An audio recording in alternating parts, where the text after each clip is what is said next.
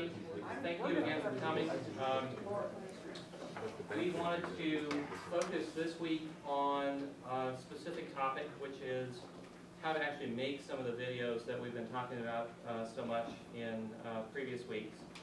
And there's a lot of mechanics to that, and to be honest, it's a little daunting, at least it was for me, the thought of the first time standing up in front of a camera, or the idea of capturing all the ums and ahs that I might normally say in lecture there on tape for everyone to hear over and over again. But I have to tell you, from my own experience, it is a little liberating as you get through this process a little bit, and then you realize I say and ah, and I say 1 over x instead of x, and then you can go edit it out and like it never happened. I think there's a lot of good sides to developing videos like this. And I also learned for myself that it doesn't always have to be great. There are some really super templates for how to make the videos, and you're going to hear from some of our college staff about that. But then there's the really quick and dirty, I can make a video in 20 minutes on my kitchen table, and you can hear the lawnmower from my neighbor outside, or you can hear my kids running across the dining room screaming at each other. And it's still pretty darn good, at least for getting something done and ready for class the next day. So we're going to hear about a whole variety of options on down to the kitchen table thing. And I want you to feel absolutely liberated by this, because it is always a step better than what you've been doing, which is it's in class, it's vaporware once it's done, and the students didn't write it down because they dropped their pencil that minute, and then they've catastrophically lost the rest of class that whole day. You have it now captured on tape, at least in some form, and the students can go back and refer to it, and they can hit rewind over and over again. In fact, that's the thing that the students always told me in my classes was, you know, Professor Kopp, it wasn't really good the first time, but at least I got to hit rewind on it. The first time they met class, but anyway. So what I'd like to do is introduce Jesse Miller, who's one of our postdocs here. Jesse is a mathematician, but also working in support of some of the other courses. We have postdocs in a couple of different fields on the Quest team, and Jesse will tell us a little bit about the media lab that's been set up on the second floor of this building. You're invited to come in and make videos with our two videographers, Ryan Reeser back here and Farley Fife back over there. They will make this a one-stop shop for you. If you want to come in and schedule a day where you would like to make a video, you just come in and talk like you're about to give a class, and then leave, and suddenly in your email is a web link to an MP4 file where you can have your little 15-minute video.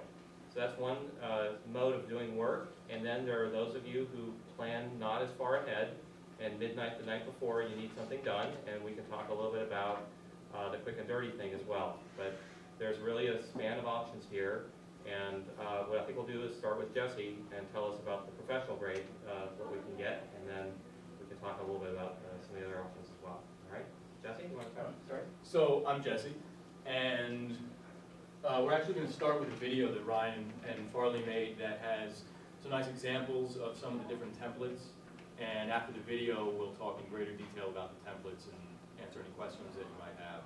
And then I want to talk about just a few basic strategies and guidelines that you should keep in mind when you're making videos.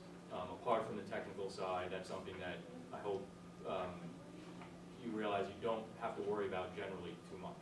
Technical side is going to be taken care of. And then we'll finish, as Sasha said, talking a little bit about quick and dirty stuff. Welcome to a brief introduction to the audio-video studio from the College of Natural Sciences at the University of Texas at Austin. The AV studio is located in the Will C. Hogg building, room WCH 2.310. Ryan Reeser, the media coordinator, and Farley Fight, the media support technician, manage the AV studio, and they can be reached at the following phone and email addresses.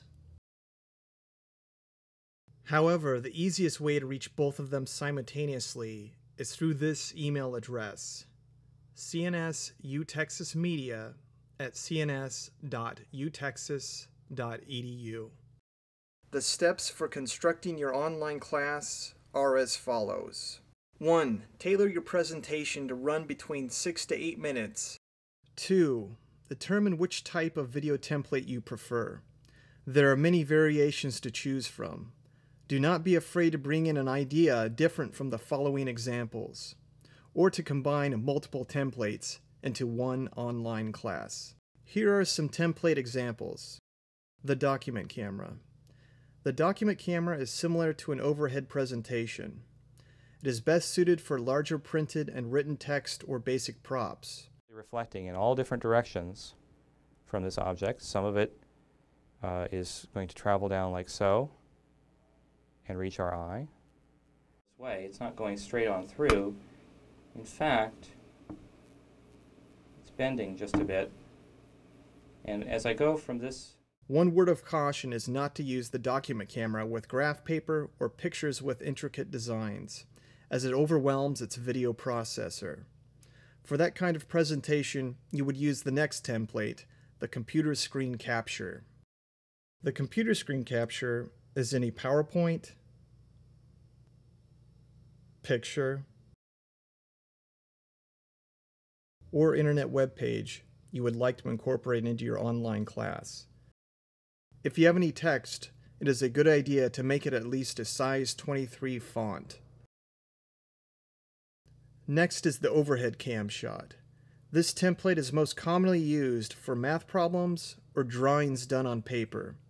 It is important to write with thick markers for this template. You can see that the compass now points away from it. The north pole of the magnet is attracted to the south pole of the compass, or the tail of the arrow. You can see, again, I can move it.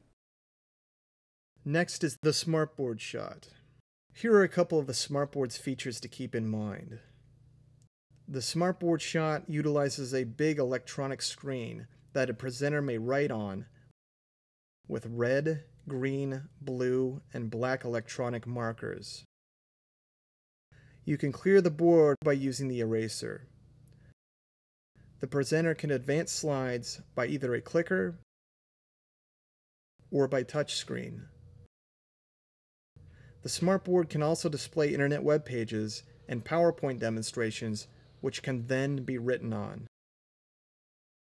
Because of the various types of technology, we recommend you schedule a practice session prior to recording a presentation.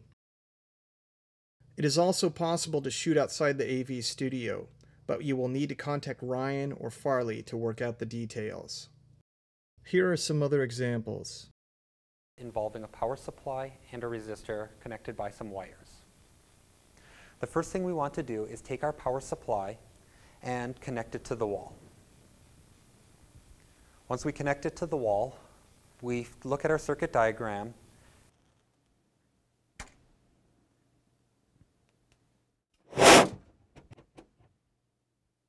Okay. 3.